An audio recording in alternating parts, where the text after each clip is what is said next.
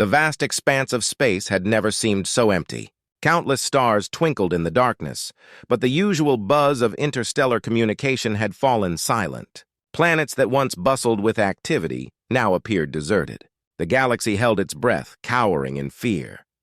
Zax 7, a busy trading outpost on the fringes of the Andromeda Galaxy, stood abandoned. Its neon signs flickered weakly, casting eerie shadows on the empty streets. Shops that once sold exotic wares from 100 different worlds were shuttered tight. The only movement came from a stray piece of litter tumbling along in the artificial breeze. In the central control room of Zax 7, a lone Zaxian huddled beneath a console. Its blue, gelatinous body quivered with each distant sound. Two eye stalks peeked out cautiously, scanning the room for any sign of danger. The Zaxian's name was Blob, and he was terrified. Blob's tentacles wrapped tightly around a small communication device. He desperately wanted to call for help, to hear another voice in the emptiness. But the strict orders from the Galactic Council were clear. Maintain radio silence at all costs. The threat that loomed over the galaxy was too great, too terrible to risk drawing its attention. So Blob sat in silence, his fear growing with each passing moment. Halfway across the galaxy, on the lush world of Verdana, a similar scene played out. The Verdanians, a plant-based species known for their beautiful singing forests, had fallen quiet. Their melodious voices, once carried on the wind to create symphony, were now hushed whispers in the undergrowth. Elder Oakenheart, the oldest and wisest of the Verdanians, gathered his people deep within the heart of the forest. His bark-like skin was etched with worry lines as he addressed the huddled crowd. "My children," he creaked softly, "we must remain hidden. The darkness that approaches consumes all in its path. Our only hope is to stay silent, to blend with the trees, and pray it passes us by." A young sapling raised a leaf-covered arm. "But, Elder," she whispered, "what of our allies? The humans? Surely they will come to our aid!" Oakenheart's branches drooped. "The humans. They are but one species, young one. Even their bravery cannot stand against this threat. We must rely on ourselves now." As the Verdanians settled into an uneasy silence, their thoughts turned to the strange bipedal creatures they had come to know as friends. The humans, with their curious mix of fragility and strength, had always seemed fearless. But surely even they must be hiding now. In the Horsehead Nebula, the crystalline beings of Prismoria huddled in their deepest caves. Their usually radiant bodies were dimmed, refracting only the faintest glimmers of light. The Prismorians communicated through patterns of light and color, but now they sat in near total darkness. Grand Prism, the leader of Prismoria, pulsed a faint message to his people. "Conserve your energy. Dim your lights. We must become as invisible as the space between stars." A younger crystal flickered hesitantly. "But what of the prophecy? The ancient texts speak of allies who fear nothing, who stand tall in the face of cosmic horrors. Could it be the humans?" Grand Prism's response was a somber, deep blue pulse. "Legends and myths will not save us now, little one. Even if the humans were as brave as the stories say, they are far from here. We are alone." As the Prismorians faded into darkness, a single thought echoed through their crystalline minds. Where were the humans now? On the gas giant Jovian Prime, the floating cities of the Aurorans drifted aimlessly through the turbulent atmosphere. The anti-gravity engines that usually kept them in perfect formation had been shut down to avoid detection. In the central floating dome, High Commander Zephyr addressed her council. Her voice was barely a whisper, carried on carefully controlled air currents. "We have received word from our deep space probes. The entity approaches. All non-essential systems must remain powered down." A junior council member spoke up, his voice quavering. "Commander, what about the human outpost on Jovian Minor? Should we not warn them?" Zephyr's expression hardened. "The humans have been informed, just like every other species in the galaxy. If they choose not to hide, that is their decision. We cannot risk ourselves for their stubbornness." As the council dispersed, Zephyr found herself wondering about the strange aliens from the blue planet. In all her dealings with them, she had never seen a human show fear. A part of her envied their courage, even as she dismissed it as foolishness. Meanwhile, in the depths of space, a massive entity moved silently through the void. It was a ship, if such a small word could describe something so vast and terrifying. Its surface was black as the space around it, absorbing all light. It moved with purpose, drawn to the life-rich galaxies ahead. Inside the ship, if there was an inside to such an incomprehensible thing, ancient minds stirred. They sensed the fear that rippled before them, feeding on the terror of countless species. But there was something else, a curiosity that nagged at their eldritch awareness. One pocket of the galaxy did not radiate fear. One tiny, insignificant solar system continued to broadcast its signals into space, heedless of the danger. The ancient minds focused their attention on this anomaly, this Earth. As the dreaded ship adjusted its course, heading towards the Milky Way and the tiny blue planet within it, the rest of the galaxy held its breath. Species that had warred for millennia now shared a common bond of fear. Ancient enemies huddled together in the dark, united in their terror. But on Earth, something very different was happening. In New York City, the streets were buzzing with activity. Cars honked, pedestrians shouted, and the giant screens in Times Square flashed their endless advertisements. A news ticker scrolled across the bottom of one screen. Galactic Council issues universe-wide alert. Earth's response, business as usual. In a small diner, two construction workers sat down for their lunch break. One of them, Mike, looked up at the news with a chuckle. "Can you believe this alien invasion stuff, Joe? Like we ain't got enough to worry about with the economy and all?" Joe shrugged, taking a big bite of his sandwich. If they come, they come. We'll deal with it like we deal with everything else. You going to finish those fries?" Their casual conversation was mirrored all over the planet. In Beijing, street vendors continued to hawk their wares. In Lagos, children played soccer in dusty streets. In Sydney, surfers caught waves under the bright sun, unconcerned with galactic threats. The leaders of Earth had received the same warnings as every other planet. They had been told of the unspeakable horror approaching, of the need to hide and stay silent. Their response had been uniquely human. In a secure bunker deep beneath Washington, D.C., the President of the United States addressed a joint session of Congress. Her voice was firm, broadcasted not just to her nation, but to the entire world. "My fellow Americans, citizens of Earth, we have been asked to cower, to hide, to go gently into that good night. I say no. We are humans. We do not hide from threats, we face them head on. If this alien entity wants to come to Earth, I say let them come. They'll find not a planet paralyzed by fear, but a world united and ready to fight." The chamber erupted in cheers and applause. Similar scenes played out in governments around the world. Humanity, in all its diverse glory, stood united in its defiance. As news of Earth's response spread through hidden channels, the rest of the galaxy looked on in disbelief. Aliens who had long seen humans as backward and primitive now watched in awe and confusion. How could these fragile beings stand so tall in the face of cosmic horror? And so, as a terrified galaxy huddled in fear, one small planet continued to shine brightly. Earth's cities glowed, its radio waves pierced the heavens, and its people went about their lives. In the face of impending doom, humanity did what it had always done. It endured. It hoped. It lived. The stage was set. The cosmic horror approached. And humanity, alone in all the galaxy, stood ready to face whatever came next. The day the alien ship arrived was just like any other on Earth. In New York, taxi drivers honked their horns in the morning traffic. In Tokyo, businessmen rushed to catch their trains. In Rio de Janeiro, street vendors set up their carts for another day of trade.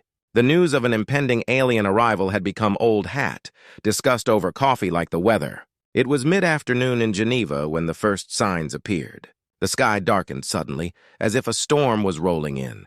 But instead of clouds, a massive shape began to blot out the sun.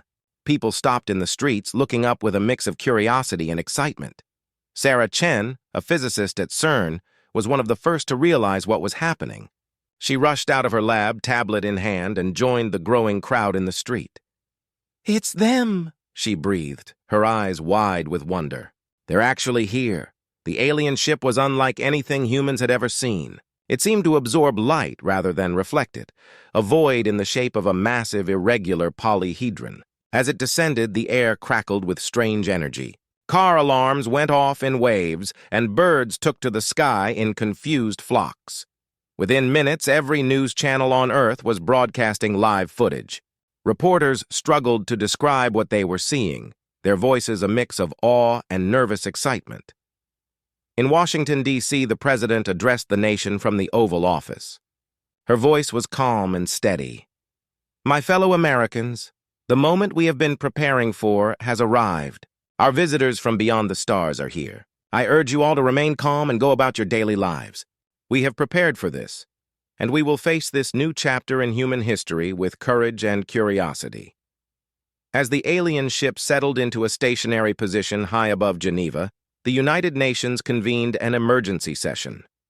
Representatives from every nation on Earth gathered to discuss their response. Meanwhile, in the streets below, a different kind of gathering was taking place. People from all walks of life came together, drawn by the spectacle in the sky. There was no panic, no riot. Instead, there was a festival atmosphere.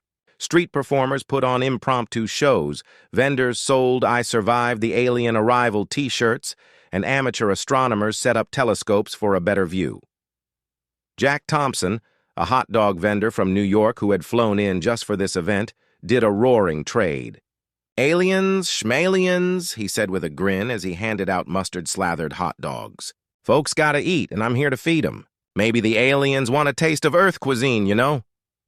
As day turned to night, the alien ship began to glow with an eerie, pulsating light. Patterns danced across its surface, mesmerizing those who watched. Scientists around the world worked frantically to decipher the meaning, if any, behind the display. Dr. Yuki Tanaka, a xenolinguist from Tokyo University, appeared on global news networks. "We believe the light patterns are a form of communication," she explained. "But it's unlike any language we've ever encountered. We're working around the clock to establish a baseline for translation." As the world's attention was focused on Geneva, strange events began to occur elsewhere.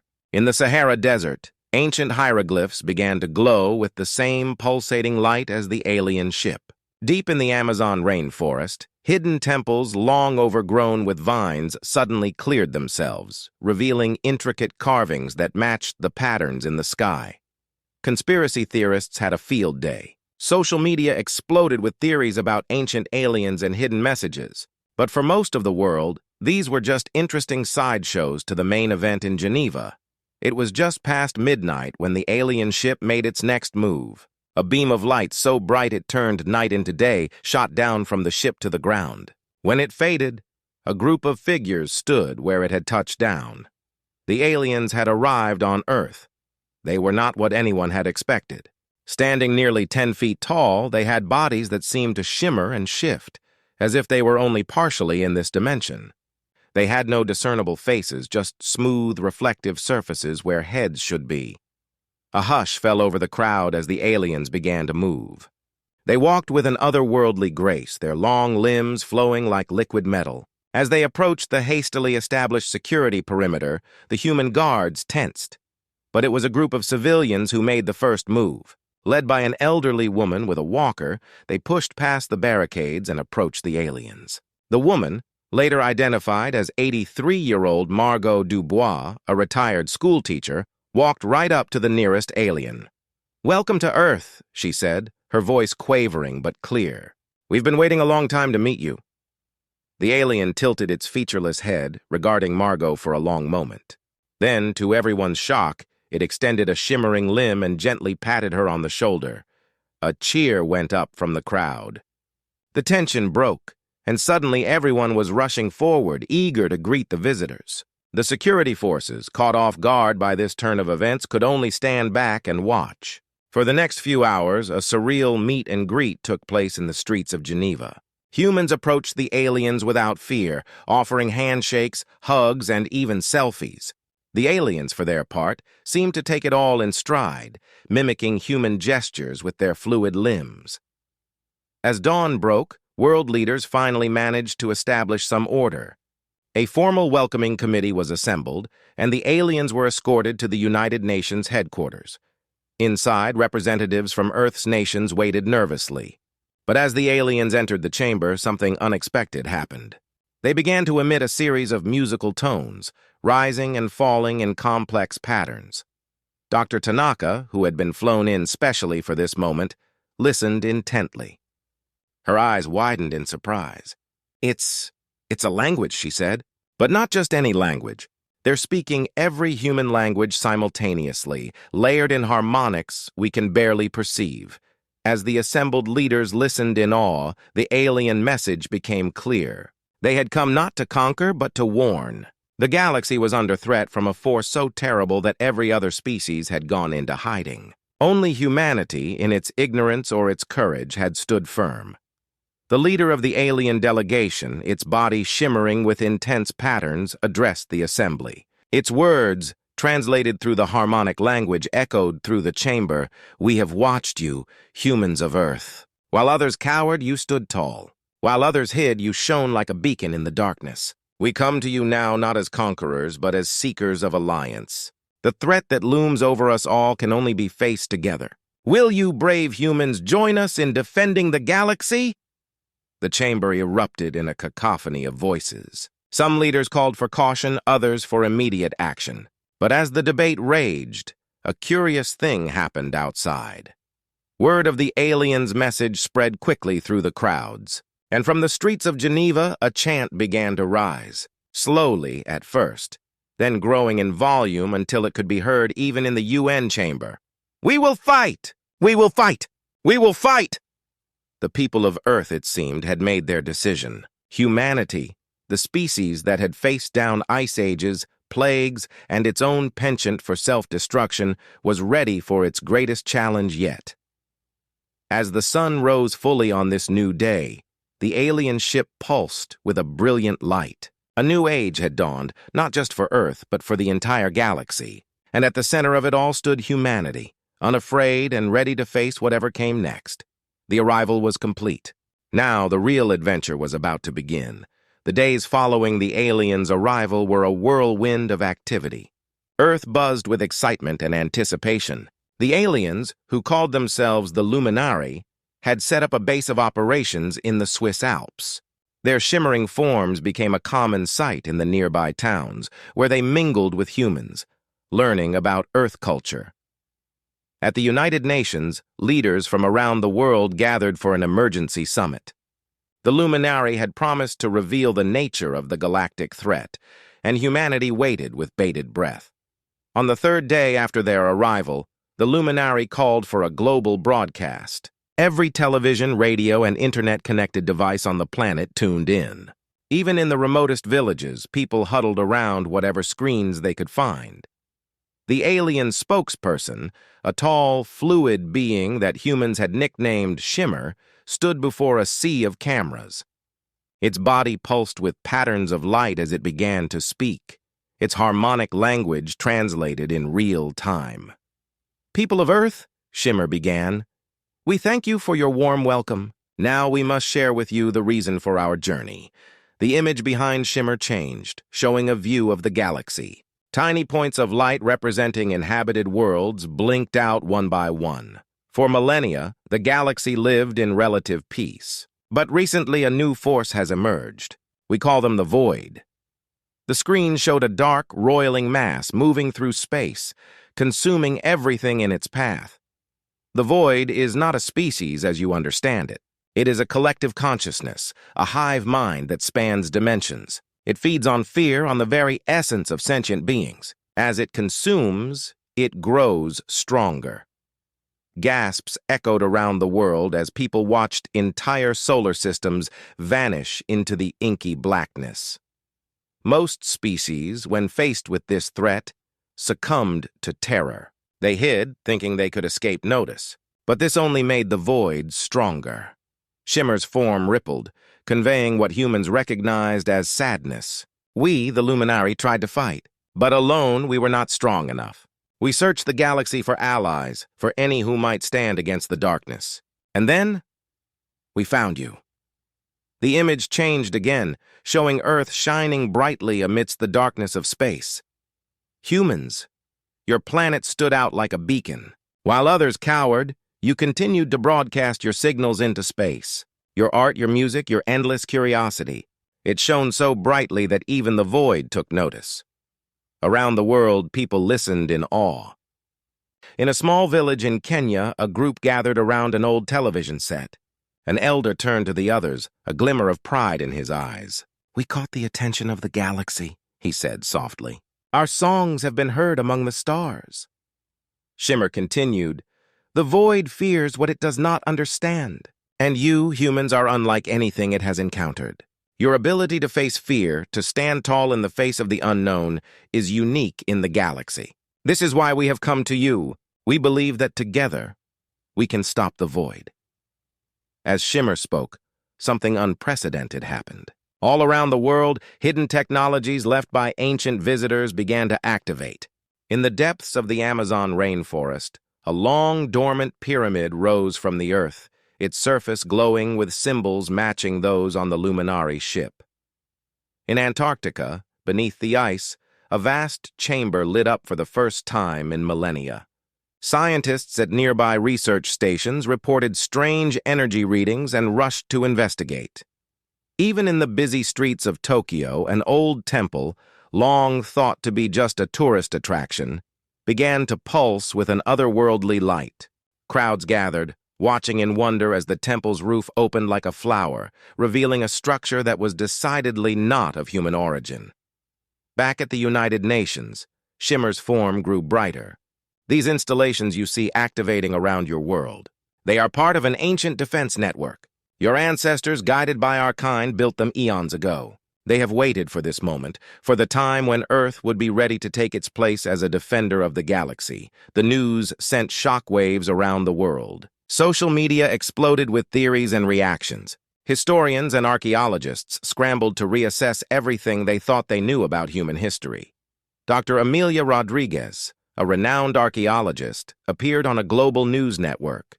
"This changes everything," she said, her eyes bright with excitement. Every unexplained ancient structure, every myth of gods from the sky, it was all leading to this moment. "We are part of a grand galactic legacy." As the initial shock wore off, questions began to pour in from around the world. How could humans fight a force that consumed entire civilizations? What weapons could possibly stand against such a threat? Shimmer addressed these concerns in the next part of the broadcast. The Void's greatest weapon is fear itself. It paralyzes, divides, and weakens its prey.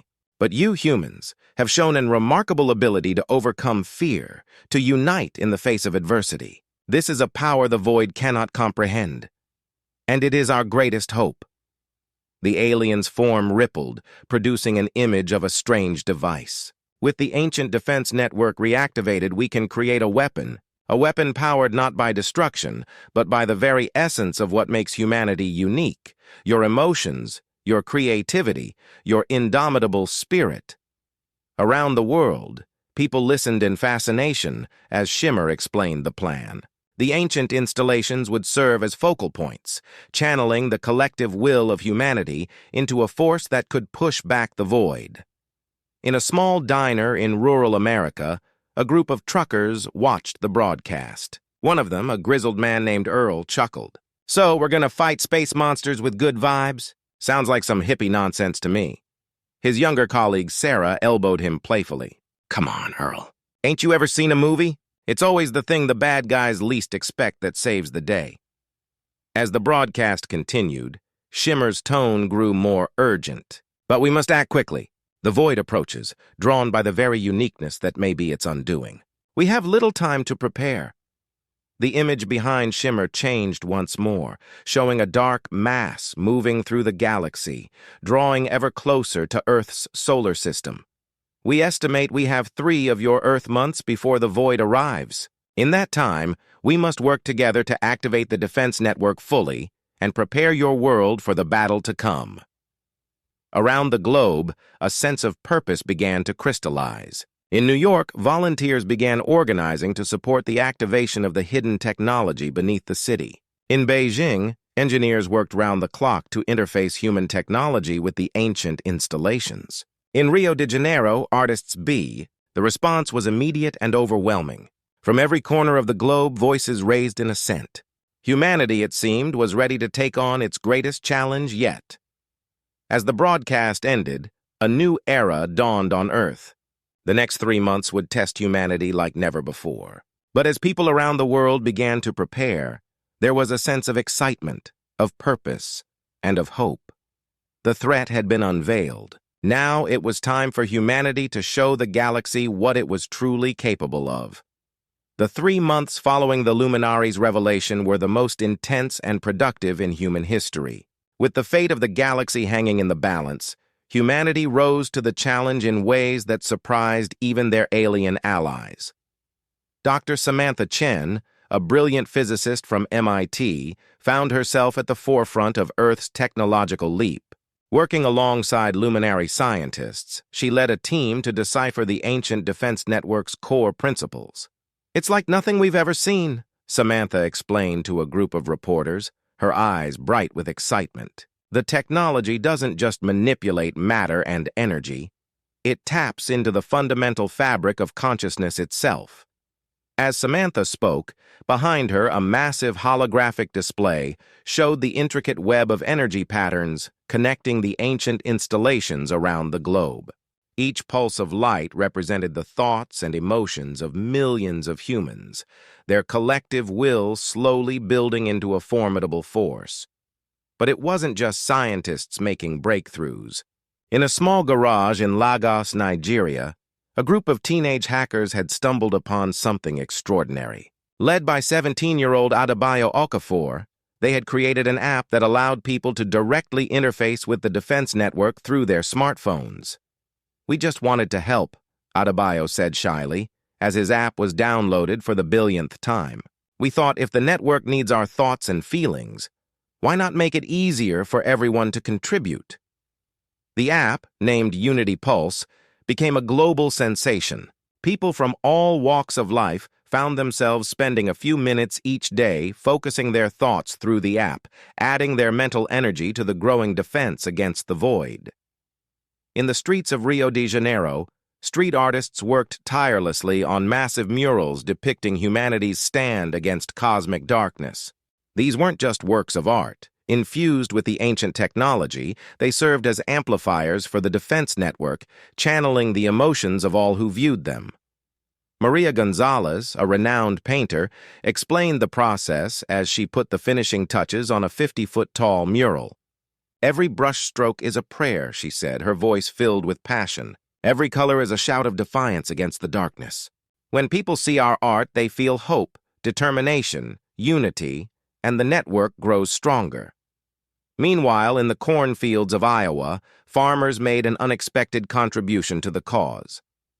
Led by Earl Johnson, a grizzled old farmer with a penchant for tinkering, they had found a way to modify their crops to act as organic receivers for the defense network. "Ain't nothing but a bit of gene splicing and some good old American know-how," Earl drawled, standing proudly in a field of corn that glowed softly in the twilight. "Them void critters might think they're tough, but they ain't never faced down an Iowa cornfield." The luminary were astounded by humanity's capacity for innovation. Shimmer, in another global broadcast, expressed their amazement. "In all our travels, we have never seen a species adapt so quickly, innovate so freely. You humans have taken our ancient technology and improved upon it in ways we never imagined possible. But it wasn't just technological innovation that set humanity apart. As the deadline approached, people found new ways to come together, to support each other in the face of the coming storm. In New York City, a group of chefs from different culinary traditions came together to create unity feasts, massive public meals designed to bring people together and strengthen their collective resolve. The sight of thousands of people sharing food, laughter, and hope in the shadow of the ancient installation in Central Park became a powerful symbol of humanity's spirit. Jack Thompson, the hot dog vendor who had been at the alien landing, found himself at the center of these feasts. "Food brings people together," he said, flipping burgers with a grin. "And when people come together, ain't nothing can stop 'em." Not even some spooky space shadow. In the mountains of Tibet, monks who had spent lifetimes in meditation now turned their well-trained minds to strengthening the defense network. Their monasteries, many of which turned out to be built on ancient power nodes, glowed with ethereal light as the monks chanted day and night. Even in the world of sports, the fight against the void found an unexpected champion. The upcoming World Cup was transformed into a Galaxy Cup, with each match dedicated to channeling the passion and unity of sports fans into the defense network. Amir Rashid, captain of the Egyptian national team, summed it up after scoring the winning goal in a tense match against Brazil. "Today we didn't just play for our countries," he said, his voice choked with emotion. "We played for Earth, for every living being in the galaxy." The roar of the crowd, the joy of victory, the respect for our opponents, it all makes us stronger against the darkness. As impressive as these large-scale efforts were, it was often in small personal acts that humanity's strength shone brightest. In hospitals around the world, volunteers organized to read stories to sick children, their shared laughter and hope feeding into the defense network. In retirement homes, the elderly shared their lifetimes of wisdom and experience, their memories becoming a bulwark against the void's advance. Sarah Chen, Dr. Samantha Chen's teenage daughter, started a global online movement called Starlight Stories. Every night, millions of young people would gather in video chats to share their hopes, dreams, and fears about the coming conflict. These conversations, raw and honest, became a powerful source of energy for the defense network. "We're not just waiting for the adults to save us," Sarah explained in a viral video. "We're part of this fight too. Our voices matter. Our feelings matter. Together, we're louder than any darkness." As the final weeks before the void's arrival ticked down, humanity's efforts reached a fever pitch. The ancient installations, now fully activated and enhanced by human innovation, thrummed with power. The skies above Earth were filled with an ethereal aurora, visible even in daylight, a physical manifestation of humanity's collective will. In a secure bunker deep beneath the Rocky Mountains, military leaders from around the world gathered with luminary strategists to finalize their battle plans. The room was tense, filled with the weight of the responsibility they bore. General Laura Martinez, a veteran of countless earthly conflicts, stood before a holographic display of the solar system. "We've done all we can to prepare," she said, her voice steady. "Now, we must trust in the strength we've built together." Shimmer, the luminary spokesperson, nodded in agreement. Its shimmering form seemed to glow brighter than ever, reflecting the hope and determination that filled the room. "You humans have surpassed our wildest expectations," it said. "The defense network is stronger than we ever dared hope, but the true test is yet to come." As if on cue, alarms began to blare. On the holographic display, a dark mass appeared at the edge of the solar system. The void had arrived. Around the world, people looked to the skies. In homes and public squares, on mountaintops, and in subway stations, humanity held its breath. The moment they had prepared for was finally here. In Times Square, a massive screen showed a live feed from a space telescope. As the void's darkness began to eclipse distant stars, a chant started. Softly at first, then growing in volume until it echoed around the globe. "We are not afraid. We stand together for Earth, for the galaxy, for life." The final battle was about to begin. But thanks to 3 months of incredible innovation, unity, and determination, humanity was ready. They faced the darkness not with fear, but with hope, creativity, and an unbreakable spirit. The age of human ingenuity had dawned, and the galaxy would never be the same. The day of reckoning had arrived. As the void entered the solar system, its immense darkness blotting out the stars, humanity stood ready for the greatest battle in its history. In the command center beneath the Rocky Mountains, General Laura Martinez watched the holographic display with steely determination. Beside her, Shimmer's form pulsed with nervous energy. "It's time," Laura said, her voice steady. She pressed a button, and her words echoed around the world. "Attention, citizens of Earth. The void has entered our solar system. Activate all defenses. Remember your training. Stay strong. We face this threat together. As one, humanity responded. From the ancient pyramids of Egypt to the skyscrapers of New York, from the valleys of China to the Australian outback, a soft glow began to emanate from the ground. The defense network, powered by the collective will of billions, came to life. In orbit, astronauts aboard the International Space Station watched in awe as Earth began to shine, a beacon of light and hope in the encroaching darkness. Commander Yuki Tanaka, her face illuminated by the glow of her home planet, spoke into her comm unit. Earth Station to command. The planetary shield is activating. It's beautiful. As the void approached Mars, the first line of defense activated. The red planet, long thought to be dead, suddenly lit up with hidden installations. Ancient Martian technology, awakened by the approaching threat, sent out pulses of energy that slowed the void's advance. In classrooms around the world, children watched the battle unfold on large screens. In a small school in Kenya, young Amani Okello stood up, her voice trembling but determined. "We're not afraid," she said, and her classmates joined in, their voices growing stronger. "We stand together." Their chant, echoed in schools across the globe, fed into the defense network. Earth glowed brighter in response. The void, momentarily taken aback by the resistance from Mars, paused. Then, with what seemed like anger, it surged forward, consuming the red planet in its darkness. A gasp went up around the world as Mars disappeared from view. But in that moment of despair, an unexpected voice rang out. Jack Thompson, the hot dog vendor turned symbol of human resilience, appeared on screens worldwide. "Hey, you big space bully!" he shouted, waving a spatula at the sky. "You think eating a planet makes you tough? Well, let me tell you something.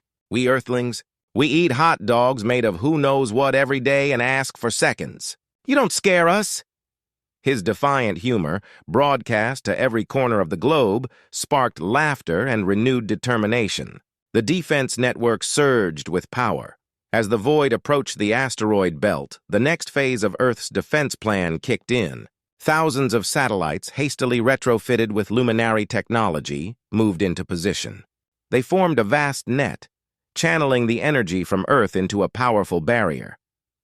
In Mission Control in Houston, Dr. Samantha Chen watched the readings with growing excitement. "It's working!" she exclaimed. "The asteroid belt is amplifying our shield. The void is slowing down, but the void was far from defeated." It pressed against the barrier, probing for weaknesses. Cracks began to appear in the shield, dark tendrils seeping through. Around the world, people felt the strain. The defense network drew deeply on their mental and emotional energy. Many fell to their knees, exhausted but unwilling to give up. In that moment of crisis, an unexpected hero emerged. Sarah Chen, Dr. Chen's teenage daughter, had been broadcasting her Starlight stories continuously since the battle began. Now, her voice rang out clear and strong. "Everyone, listen! We can't give up now. Think of everything we love about our world. The laughter of friends, the taste of ice cream, the feeling of sun on your face. Hold those thoughts. Share them. Let's show this darkness what light really means." Her words sparked a global movement. People began sharing their happiest memories, their deepest loves, their brightest hopes. Social media exploded with messages of love and defiance. The Unity Pulse app, created by Adebayo and his friends, crashed under the strain of billions of simultaneous users, only to reboot moments later, stronger than ever. In the fields of Iowa, Earl Johnson stood with his fellow farmers, their genetically modified crops glowing bright. "Come on, you ears of corn!" he shouted. "Show them aliens what Iowa stubbornness looks like, the surge of human emotion, and we'll hit the void like a tidal wave." The cracks in the shield began to close. The darkness recoiled, seeming to shrink for the first time since the battle began. But the fight was far from over. The void, sensing the true threat that humanity posed, gathered itself for one final, massive assault. It struck at the shield with unimaginable force, darkness roiling and churning like a stormy sea. In the command center, alarms blared. Shimmer's form flickered wildly. "The shield is failing!" it cried. "We need more power!" General Martinez's face was grim but determined. "Then we'll give it more. Patch me through to every communication device on the planet." Her face appeared on phones, computers, and televisions worldwide. "People of Earth," she said, her voice filled with emotion. "You have fought bravely, but now we face our darkest hour. We need everything you've got. Every hope, every dream, every ounce of love and courage. Give it all!" As one, humanity responded. In hospitals, newborn babies were held up to the sky, their first cries a defiance against the darkness. In prisons, inmates and guards alike joined hands, setting aside old hatreds to defend their world. On mountaintops, in deep caves, in crowded cities, and on lonely farms, every human being focused their will on one single purpose: survival. The earth, already glowing, now blazed like a newborn star. The shield expanded, pushing back against the void with renewed force. In space, the darkness writhed and twisted, seeming to scream in silent fury. It struck again and again at the shield, but each time it was repelled. Slowly, inexorably, it began to be pushed back. Shimmer's voice, filled with awe, echoed in the command center. "It's working! The void is retreating." Around the world, people watched with bated breath as the dark mass that had threatened to consume them began to shrink. First it was pushed past the asteroid belt, then beyond Mars. Finally, with one last pulse of light from Earth, the void was hurled out of the solar system. A moment of stunned silence fell over the planet. Then, as the realization of victory sank in, a cheer went up. It started in New York's Times Square and quickly spread across the globe. Tears of joy flowed freely as strangers hugged in the streets, all barriers of language and culture forgotten in the shared triumph. In the command center, General Martinez slumped in her chair, exhausted but smiling. "We did it," she breathed. "We actually did it." Shimmer's form glowed with joy. "No," it said softly. "You did it. Humanity did what no other species in the galaxy could do. You faced the darkness, and you won." As celebrations erupted around the world, the first transmissions from other planets began to come in. Species that had hidden in fear now emerged, inspired by Earth's victory. Messages of gratitude and awe poured in from across the galaxy. In Geneva, where the Luminari had first arrived, a new monument was hastily erected. It was a simple hologram, showing planet Earth with the words, "Beacon of Hope," written below in every language of the galaxy. As dawn broke on a new day, humanity looked to the sky with new eyes. They had faced their greatest challenge and emerged victorious. The darkness had been vanquished, and in its place a new light shone, the light of human courage, ingenuity, and unwavering spirit. The galaxy would never be the same, and humanity, once a small, isolated species on a tiny blue planet, had taken its first steps into a larger, brighter future. The final stand was over. The era of Earth as a galactic power had just begun.